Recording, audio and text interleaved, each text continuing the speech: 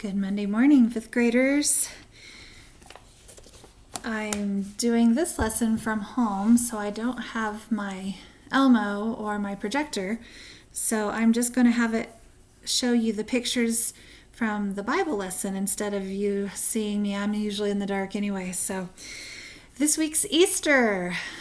Yesterday was what we call Palm Sunday. And of course, most of you did not go to church yesterday because right now we can't go to church. And the next Sunday is going to be Easter, and we're going to have to come up with some interesting ways to be able to celebrate Easter from a distance from everybody.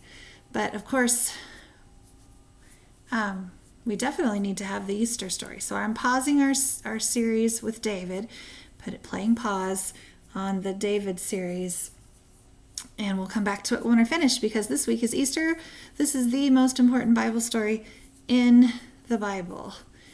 And we've talked about this before, how Satan loves to try to get us to think about something else instead of the real reason for the season. Christmas time, it's about the birth of Jesus. But our society tries to make it about Santa Claus and about as many presents as you can get for yourselves.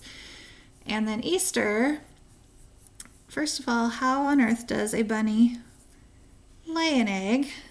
If there is an Easter bunny, why does he have eggs? Question mark. Rabbits? Whoops, haha, question mark. I'm used to texting. Rabbits don't lay eggs. So anyway, whatever. But that's also a ploy to get your attention away from the most important thing that's ever happened in this world, and that is God provided a way for us to have salvation through Jesus. And this is one of the saddest stories in the Bible, but it's also one of the best and most important stories of the Bible, because if it weren't for this, you and I would have no hope. So here we go. This is what we considered would have happened 1 week before Easter Sunday. It's called the Triumphal Entry.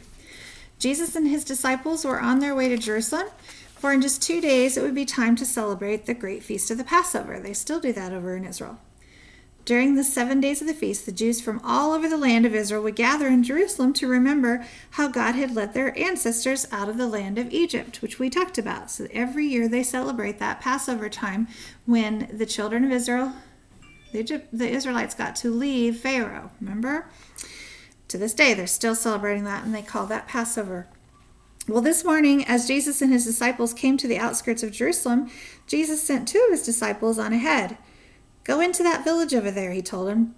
Just as you enter, you'll see a donkey tied up that has never been ridden on. Untie him and bring him to me. If anyone asks you what you're doing, just say, the Lord needs him, and we'll bring him back soon. We talked about this story at the beginning of the year. Remember how we talked about it may not mean much to us because we don't have to ride donkeys and horses all over the place like they did back then. But everyone knew back then that you couldn't just jump on a donkey or jump on a horse until it had been broken and trained to allow a rider to be on it. So if it's a donkey that no one has ever ridden before, nobody would be trying to get on there unless you just like to get bucked off or unless you're training it. But these 2 disciples were obedient and said, okay, whatever you say, and off they went. Soon they found the donkey in the street, tied at a doorway, just as Jesus had said. As they were untying the donkey, the owner called out, hey, what are you doing untying that colt? The disciples answered just as Jesus told them. The Lord needs him. He will send him back soon. So the owner let the donkey go and seemed to know exactly what the disciples were talking about. Well, I hope these stand up. That first one's